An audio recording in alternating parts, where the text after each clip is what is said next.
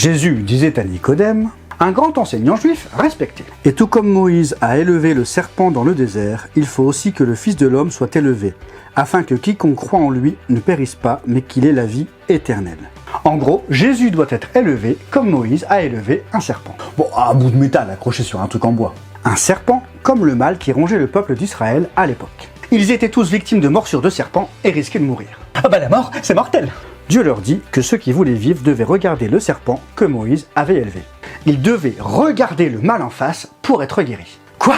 Jésus c'est le mal?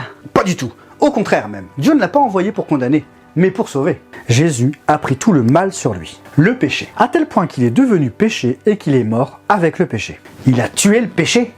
Bah, le salaire du péché c'est la mort. Comme Jésus est ressuscité, il a vaincu la mort, et donc le péché. Si tu crois que Jésus a fait ça, tu vis une régénération. Tu es sauvé. Sinon, t'es condamné. C'est ça la nouvelle naissance, juste croire en lui. C'est tout, c'est tout. À partir du moment où tu crois que Jésus a vaincu le péché, qu'il est ressuscité, tu vis une nouvelle naissance, une régénération. Désormais, quand tu regardes Jésus à la croix, tu vois tous tes péchés. Tu regardes ton mal en face, et tu vois tous tes péchés mourir car ils sont pardonnés.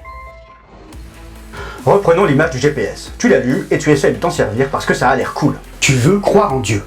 Mais à chaque fois que tu l'allumes, il te fait passer par des chemins impossibles, des routes qui n'existent plus. Pourtant, quelques notifications ou signaux d'alerte t'indiquent un meilleur itinéraire.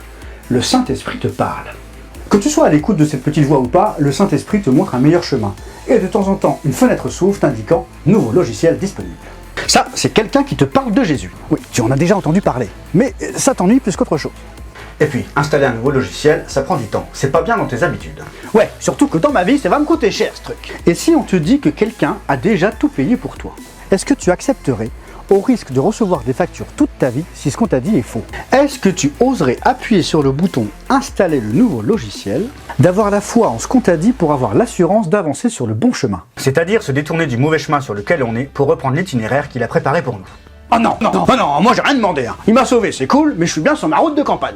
Comme tu veux, mais si tu ne l'écoutes pas en suivant l'itinéraire qu'il a préparé pour toi, tu n'arriveras jamais à destination. Le royaume de Dieu, la bonne destination prévue pour tout le monde.